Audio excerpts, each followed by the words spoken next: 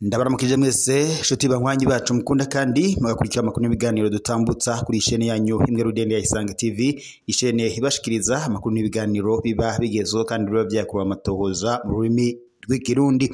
Reka nkengurukire mwese mudukurikira muri micungararo igize igihugu cyacu Burundi, abadukurikira bari mu bihugu bibanyi ndetse n'abari mu makungu kure mwese ndabahaye ikaze mu makuru yacu uyo kuri gisaha, akaba ari amakuru rero abayiriwe havugwa mu bisata bitandukanye, haba mu mutekano, mu nkino, mu ndero, mu iperereza, mu gatekazi na muntu, mu makungu kure ndetse n'andi makuru yose abarika aravugwa mu kibano. Ndabahaye ikaze rero mu makuru yacu uyo kuri gisaha, akaba ari amakuru na cane araza agushimikira ku ngingo nkuru zikurikira. Turaza kunyarukira mu mugambwe CNDD FDD, turabira hamwe uriko birahavugwa ko hoba hari ngo igikorwa cari catunganijwe c'umwiherero. Turaza kubashikiriza ivyaranguriwe muri uwo mwiherero ndetse n'amajambo yahashikirijwe. Turaza kandi no kunyarukira mu gisata kijanye n'uburimyi, tuze kurabira hamwe aho abarimyi b'ikawa bariko baridoga bavuga ko batariko bararoswa udufaranga twabo imbere y'uko amashure atangura, bagasaba rero umushikiranganje ujejwe ivy'uburimyi kubatunganiriza ico kibazo kibahanze. Turaza kunyarukira no mu yandi makuru yose hatandukanye ariko aravugwa ngaha mu Burundi, tuze kuyabashikiriza ku buryo bw'idonido. Ico ndabasabye mwibuke mu mfyo ndiswivure partage ndetse na s'abonner kugira ngo tubandanye kubana amakuru n'ibiganiro tuba turiko turabashikiriza. Duhereye amakuru yacu ku buryo bw'idonido kubiko biravugwa mu mugambwe CNDD FDD. Muri CNDD FDD hari umwiherero ku ndongozi zishasha ziherutse guhabwa amabanga. Inyuma y'umwiherero w'iminsi 3 wabaye ku magenekerezo ya kane ndetse na gatanu Nyakanga uyu mwaka mu ntara ya Buhumuza Imuyinga, ndetse no kwigenekerezo rya 10 Nyakanga uyu mwaka Igitega ku ndongozi nkuru z'igihugu, inama nkuru y'inararibonye y'umugambwe CNDD FDD yabandanije kandi umwiherero udasanzwe Igitega ku munsi ugira kane kuri wa kane y'igenekerezo rya 11 Nyakanga uyu mwaka, aho uwo mwiherero watumiwemwo ba mustanteri b'amakomine, babura amatari barongoye intara zitanu, indongozi z'umugambwe kuva ku makomine gushika kubaserukizi bw'intara hamwe ndetse n'abajejwe umutekano mu ntara. Uwo mwiherero ukaba ubaye mu gihe kandi umugambwe CNDD FDD uri ku butegetsi uherutse gusubira kwizerwa n'abarundi ku bice 96% mu matora y'abashinga amateka ndetse na nkenguza amateka. Uwo mwiherero kandi utunganijwe mu gihe haheruka gushirwaho leta shasha hamwe ndetse n'intunganyo shasha y'igihugu. Intumbero nyamukuru y'iyo nama akaba ari iyo gushira ku kivi bidatevye abo baherutse kwizerwa mu mabanga ngo baje imbere y'abandi kugira ngo bashire mu ngiro ivyemerewe abene gihugu vyinshi dusanga mu mbona kazoza y'igihugu Uburundi bwifashe mu mwaka wa 2024 ubuteye imbere mu mwaka wa 2060. Ikindi kandi nuko uwo mwiherero ari uwo guha intumbero abo baherutse kwizerwa mu mabanga ngo baje imbere y'abandi bakore ngo basenyere ku mugozi umwe kandi ngo bakorere mu runani. Ibyo bikorwa bikaba byari byatewe iteka na nyene cubahiro umukuru w'igihugu cy'u Burundi Evaristo Ndayishimiye, akaba n'umukuru w'inama nkuru y'inararibonye ari kumwe ndetse n'umunyamabanga mukuru w'umugambwe uri ku butegetsi wa CNDD FDD. Dufatanye twese twubaka Burundi bushasha kandi buteye imbere. Incamake y'ibyo twize muri iyi ndwi twari muriwe ku gisata ikomeye cyane ukuntu vision Burundi 2030-2060 izoshirwa mu ngiro. Twaraciyemwo ibijanye no icambere ugushiraho imigambi itekanye neza ibizwe nka planification stratégique, uburyo bwo kurondera uburyo bwo gushira mu ngiro vision financièrement, uruhara rw'ikoranabuhanga n'udusha mu guteza imbere igihugu, gukwirikirana ibikorwa ndetse no kwama dusuzuma ibiriko birakorwa suivi a evaluation, gukorera hamwe n'abandi bafatanyabikorwa bo hanze ndetse n'abo mu karere, guhimbiriza abanyagihugu bose kugira uruhara mu bikorwa by'igihugu. Ubutumwa bw'uyu munsi: Burundi bushasha bwifuza gushika ku rwego rw'iterambere ntishoboka kandi kubishikako n'umutekano umwe n'umutegetsi umwe canke urwego rumwe. Ni urugendo rwa bose, abigeme ndetse n'abahungu, abavyeyi ndetse n'urwaruka, abikorera utwabo, abanyeshure, abari mu mahanga ndetse n'abari mu gihugu hagati. Tugire urufatiro rumwe, uruhara rumwe, inzozi zimwe. Ubutumwa bwo gushigikira igihugu: Uburundi turabwubakiye hamwe ibikorwa byinshi bikenera ubwitange bwacu, urukundo rw'igihugu no gutahura ko ata munyamahanga azotuzanira atari twebwe ubwacu. Twubake igihugu cacu dutangura muri bito ariko biramba. Duhamagariwe gutahura viziyo ndetse no kuyishira mu bikorwa mu buzima bwa misi yose, gukwiragiza ubutumwa bwo gukunda igihugu ndetse no kugikorera, gufasha abandi gutahura uruhara rwabo, kwitaba ibikorwa by'iterambere aho turi hose. Naho tunyarukiye mu makuru ajanye n'uburimyi, abarimyi b'ikawa baratakamba ngo baroswe udufaranga twabo imbere y'uko amashure atangura. Hari abarimyi b'ikawa batari bake batwandikira basaba ko tubafasha kuguduza ijwi ryabo kugira ngo bahabwe agafaranga kabo.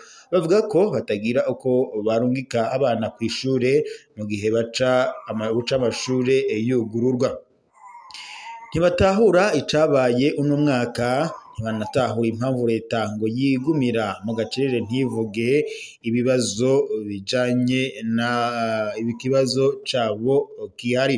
Umwe muri abo yagize ati: ndabahaye mwiriwe. Kera abarimyi b'ikawa hagera mu kwezi k'umunani bamaze kuronka amahera y'ikawa bashoye, mbere naho abenshi bakura amahera yo kugura ibikoresho by'ishure kuko ngo baba bariko bitegurira kujana abana ku mashure. Ariko rero ubu ikibazo c'ikawa ku barimyi bashoye cabaye akayobera abahinga, nta mahera nta n'inkuru ibizeza guhembwa. Nashaka utubarize wewe ijwi rishika kure, mbega uyu mwaka ikawa twoba twarashoye canke twoba twarahevye? Ubwo bwoko leta yacu iriyumvira ngo kubene gihugu, mbega hoho ni kuki igiciro mu Burundi ari gito cane, ariko ikawa yayijabukana mu Rwanda ukagurisha ameshi? Burundi ntibushora aho ibindi bihugu bishorera kugira ngo abene gihugu babone kuronka amahera yisumbuye. Umunyagihugu wo mu Kayanza nawe yagize ati: amahoro. Hirya y'ejo haheze kuri usine y'ikawa yakazibaziba mu Kayanza harabaye inama yo guha abenegihugu agashimwe k'amafaranga 150 ku kiro kimwe c'ikawa nziza na 50 ku mafu y'abarundi kw'ikawa bita ibisorwa. Iyo mu mwaka uheze urongoye iyo usine abenegihugu bamubajije impamvu ikawa y'uyu mwaka wa 2025 bataronse agahembo kabo kandi igihe cararenganye kwitwa kw'ikawa batanguye gushora ku matonorero guhera mu kwezi kwa kabiri kugeza n'iyi saha ngo mu Burundi bwose abarimyi b'ikawa bakaba bipfumbereje. Aho naho mu gihe leta ngo yari yavuze ko izobahemba 2,800 y'amarundi ku kiro, ubu ikawa yahora ihembwa mu bice bibiri mu mwaka 4 no mu mwaka 6. Uyu muyobozi yabishuye ko ngo nawe atanyisha afise, yahanuye abanyagihugu kujana ikibazo cabo ku bakuru b'imitumba nabo bakabishikiriza abatwara amazone abo nabo bakabiha abatwara amakomine bikaja kwa buramatari ngo nabo bakabaza umushikiranganji abijejwe. Nyakubahwa raba ugire uvugira abarimyi b'ikawa bageze ku habi nukuri. Uyu mwaka imanza zapfuye kubera zakorwa bahembwe abana babuze uburyo baja ku mashure kandi bazotangura igenekerezo rya 15 Nyakanga uyu mwaka. Abantu babuze amahera y'ifumbire nukuri ryabaye ibara bavugire bararushe. Umushikiranganji Karini Mbarushimana ajejwe kino kibazo nawe nave mu gacerere abwira abarimyi b'ikawa igihe bazoronkera agahembo kabo. Yanatanga kandi umuco impamvu abarimyi bo mu Burundi bahabwa igiciro gito mu gihe bayijanye mu Rwanda baronka meshi, none isoko mpuzamakungu bashora ko si rimwe. Ivyo nivyo abanyagihugu bariko barabaza umushikiranganji ujejwe uburimyi, bakamubaza rero ko ibijanye n'ikawa mu Burundi ngo vyateshejwe agaciro, bagasaba ndetse no guhembwa no guhabwa agahembo kabo ngo baheraniwe nico gisata nk'uko babishika. Reka tunyarukire no mu yandi makuru kubiriko biravugwa mu bindi bisata bitandukanye, turabiri hamwe ku makuru ariko arahavugwa kuri iyi saha maze navyo tubandanye tubibashikiriza. Reka tunyarukire mu yandi makuru kubiriko biravugwa ijya nino hatandukanye navyo tubandanye tubibashikiriza. Ico mwe musabwa gusa mu fyonde suivre partage ndetse na s'abonner kugira ngo tubandanye kubana mu makuru n'ibiganiro tuba turiko turabashikiriza umwanya n'umwanya. Muba mukurikira amakuru n'ibiganiro kuri no chaîne yanyu imwe rudende ya Isange TV, ishene ibashikiriza amakuru n'ibiganiro biba bigizwe kandi biba vyakorewe amatohoza mu rurimi rw'ikirundi. Reka tunyarukire rero mu yandi makuru kubiriko biravugwa ijya nino mu bindi bisata bitandukanye navyo tubandanye kubibashikiriza. Reka rero tunyarukire mu makuru hariko haravugwa hanze na cyane turabiri hamwe kubiriko biravugwa mu makuru atandukanye ariko aravugwa i Bujumbura. I Bujumbura abakenyezi bosa baragira ibibazo byo kwiyunguruza. Kuwa 10 Nyakanga uyu mwaka mu gihe indwi mpuzamakungu yahariwe kosa yibutsa ko umwana ategerezwa konswa na nyina mu mezi 6, abenshi mu bakenyezi b'Ibujumbura birabagora cyane gushira mu ngiro iyo ntumbero. Ingorane zo kwiyunguruza zituma ingendo ziba ndende, zikanatuma bigora abakenyezi bipfuza akonza. Indwi mpuzamakungu yahariwe konsa yatunganijwe kuri wa 8 Nyakanga uyu mwaka ku bitaro Prince Regent Charles de Ibujumbura, umugwa mukuru w'ubutunzi mu Burundi. Nubwo bamwe mu ndongozi basaba ko bavyeyi bosa abana babo atakindi babahaye, bamwe muri abo bavyeyi bavuga ko bafise intambamyi. Kubw'Amanirama wo mu Mirango buraruko bwa Bujumbura ngo kose umwana atakindi yamuhaye ntibyoroshe ndetse ngo ntiyabishobora. Umuhungu wanje w'amezi 7 yatanguye kunywa amata y'inka ku mezi 3. Ingendo bafata zarambuza gutaha kumwosa ku mwanya, nayo amata yo mu makopo akaba azimye cyane, niko asigura. Nico kimwe ndetse na Yvette Kaneza wo mu Kamenge, naho nyene hakaba ari mu buraruko bw'isagara ca Bujumbura.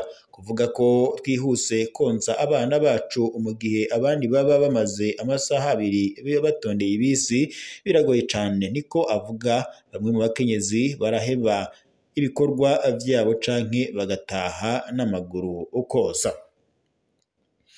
Ubushikiranganji bw'amagara y'abantu bwibutsa ko itegeko ry'u Burundi riha imisi 49 y'akaruhuko ko konsa rikanorohereza abavyeyi bonsa bakora akazi amasaha 2 ku mezi 6 mu nyuma isaha 1, ariko ngo bamwe babona ko uwo mwanya udahagije kubera ingorane zijanye no kwiyunguruza. Ishirahamwe ryitaho abana ku isi UNICEF ryibutsa ko konsa umwana atakindi ahawe imfungurwa ya mbere urucaco rwa mbere kandi ko ari umutekano mu bijanye n'ibifungurwa ku mwana akivuka kandi ko bigabanya ubwandu bwa kanseri ku bavyeyi ku muvyeyi bikanagabanya uburyo bukoreshwa mu miryango. I Bujumbura abavyeyi basaba ko boshigikirwa biboneka na cane mu bijanye no kwiyunguruza bakongerezwa mu mwanya w'akaruhuko kugira ngo konsa umwana atakindi ahawe mu kiringo c'amezi 6 ntibigume ari iciyumviro kidashikwako. Uburundi buriko buraca mu ngorane z'ibitoro zigomba zimara imyaka 5, iyo ngorane ikaba ikora ku bisata vyose vy'ubuzima bw'abene gihugu.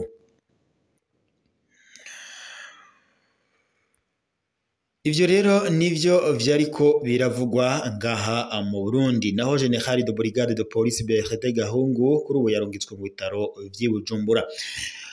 Kuwa 13 Nyakanga y'umwaka, General de Brigade de Police Berthe Gahungu yaracanga kubita ku muhingamo wo kuri uyu wa gatandatu muri bimwe mu bitaro byo mu gisagara ca Bujumbura nk'uko amasoko yegereye dosiye yabwiye imbonesha kuri yacu.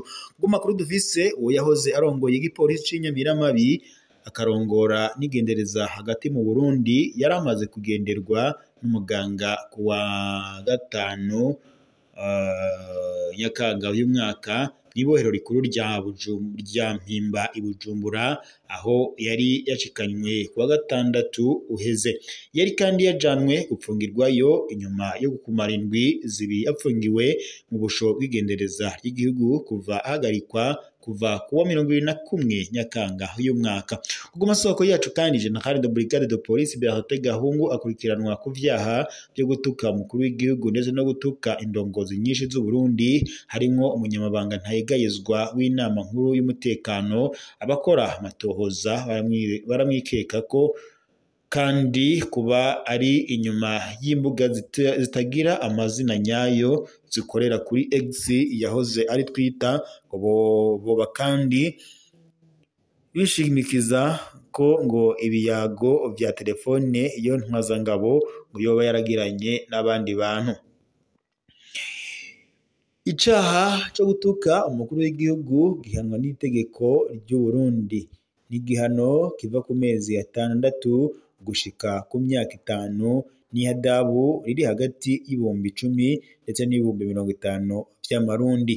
Gusa akesha abantu bakurikiranwa ko ico caha basanga ivyo bagirizwa vyahinduye ivyaha biremereye nko guhungabanya umutekano w'igihugu nk'uko amakuru ku rubuga aba abishikiriza.